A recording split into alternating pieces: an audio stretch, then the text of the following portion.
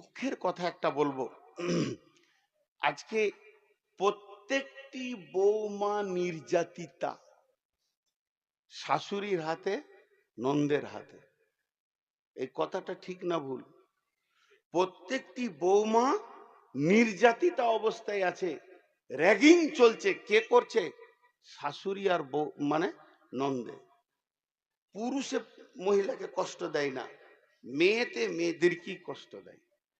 এদের ধারণা ভাগ্যে জানে আমার বেটা ছিল বলি তুই খানিকটা সুখ করছিস, আর ওরও ধারণা আমার ভাইটা ছিল বলি তোর সুখ।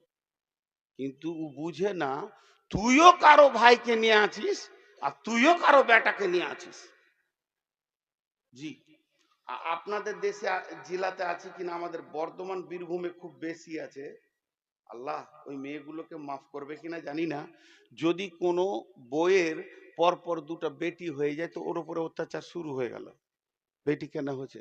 এই বেটি যে হচ্ছে এইটা মানে মারেফাতের তথ্য বলছে এইটার জন্য মেয়েটা দোষী নয়, তোর বেটার বিচন খারাপ। বিচনটা তোর বেটার, ও তো জমি। যদি কেউ জমিতে গহমের বিচন দিয়ে ও আঙ্গুর কাটতে যাইতে হবে, ওর কপালে ঝাঁটা। যে মেয়েকেই তুই আনতিস তোর বেটার বিচনে 3টে বেটি হবে, বেটার বিচন চেঞ্জ কর।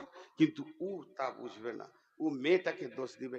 মেয়েদের উপর এখন অত্যাচার চলছে, যে লসটা কোন জায়গায় হচ্ছে ওইটা আমি দেখাবো, তারপরে পরের আয়াতে যাব।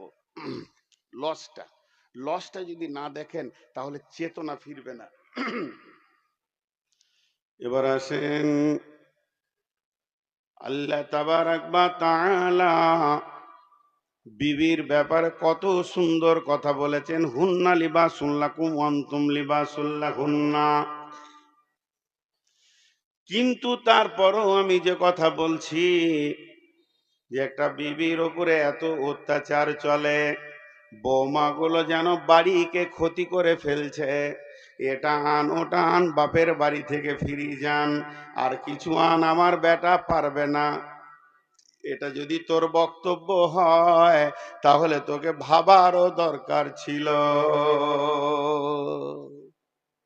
আমি যদি বলি মানাবে না, এখনো দাড়ি কাঁচা আছে। সব টিপেকে যখন সাদা হবে, কিছু কথা বয়সের সঙ্গে সম্পর্ক হয়। জি, আমার ওখানে এক বক্তা আছে, এতটাই মুরব্বী, যাকে ধরে স্টেজে তুলতে হয় দুজনকে, আর ওর ভুরু পর্যন্ত কালো হয়ে গেছে, কিন্তু সম্মানী ব্যক্তি বলে 10 মিনিটও কথা বলে ছেড়ে দেয়। তো 10 মিনিটে কি বলে জানেন? ওর কথাগুলো শুনলে আপনি হেসে মরবেন। লোক দুঃখ করে না, বরং হাসে এবং মন দিয়ে শুনে। নামাজ পড়বি তোরা? নামাজ পড়বি না? জুতা খুলবো?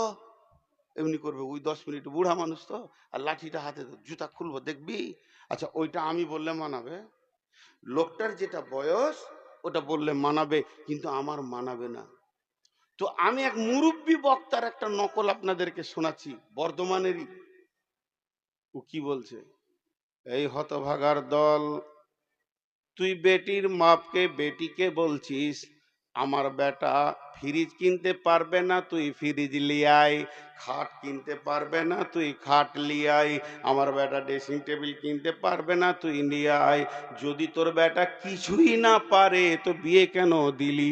তুই এটাও কেন বললি না যে আমার বেটা ছেলে বানাতে পারবে না, দুটো ছেলে লিয়াই?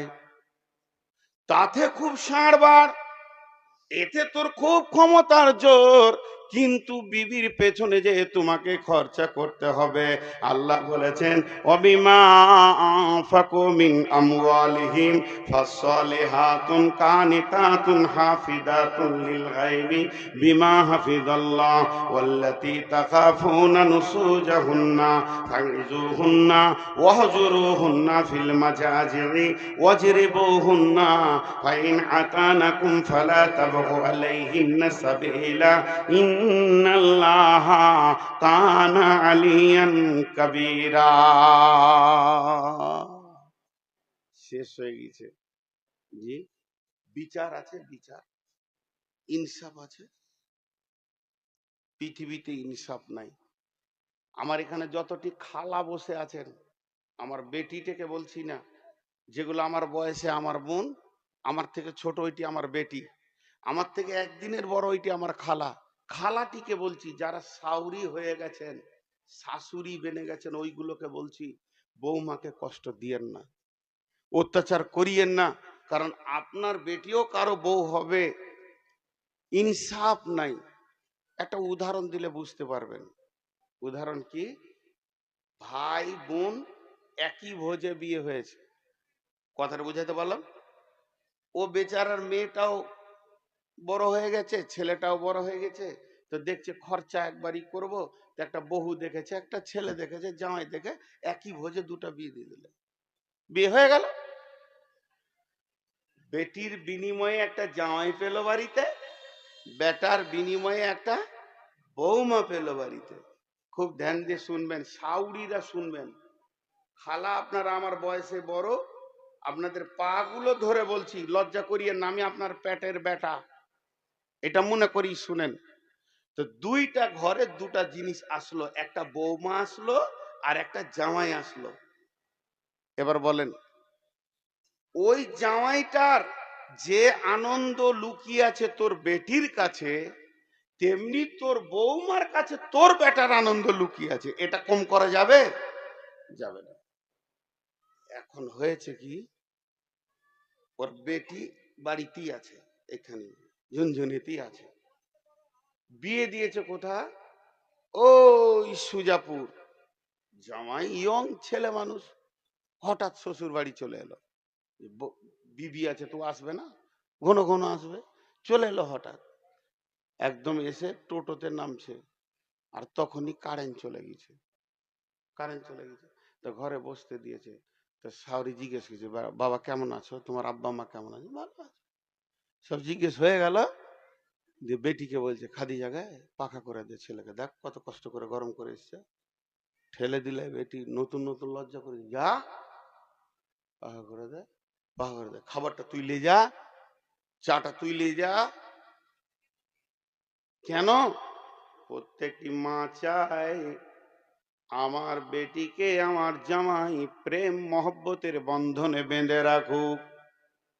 নতুন বিয়ে হয়েছে, বাইক নিয়ে 10টার সময় গেল একবার ফারাক্কা, আবার 12টার পর গেল কালিয়াচক।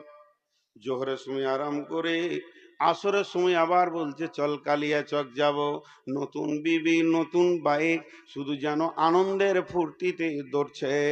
আর ওই খালা পাড়াতে বলে বেড়াচ্ছে, বোন গে জামাই একটা পেয়েছি, আমার বেটি ছাড়া সে কিছুই বোঝে না। সব সময় আমার বেটি 3 দিন থেকে গেলে সে 2বার আসবে। শুধু তাই নয়, আমার বেটি যদি বলে একটা টিপ নিব, কিংবা একটা ঠোঁট পালিশ নিব, গাল পালিশ নিব, ও নিজে আনবে না, বেটিকে সঙ্গে নিয়ে হাঁটবে। কলিজা ঠান্ডা হয়ে গেছে বোন, তোদের দোয়া ছিল, জামাই পেয়েছি কল ঠান্ডা। এরপরে হলো কি, বেটাকে বাপ পাঠিয়েছে, যা কাজ করতে হবে, মাঠে যা, বাগানে যা, এতটা কাজ আছে। কিন্তু তার কি কাজে মন বসছে? তারও নতুন বউ বাড়িতে আছে, সে কতক্ষণে ভাবছে হাবিবার মুখ দেখব, কারণ তারও বিয়ে হয়েছে ধুলিয়ানে, ওই রকম বউটা তার ঘরে রয়েছে। মাঠে থেকে হোক, বাগান থেকে হোক, 3-4 ঘন্টা 10 ঘন্টা বউকে দেখতে পায়নি। ক্লান্ত হয়ে যখন বাড়ি ঢুকছে, তখন বেলা 1:30 বাজে।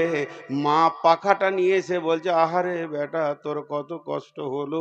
বেটাকে মা পাখা করছে, আর বউকে বলছে তাড়াতাড়ি তরকারিটা করেলে বেটা খাবে। কিন্তু আসলে মা বুঝলো না শান্তিটা কার কাছে লুকানো আছে। আল্লাহ কোরআনে বলছে শান্তিটা লুকানো আছে তার বিবির কাছে।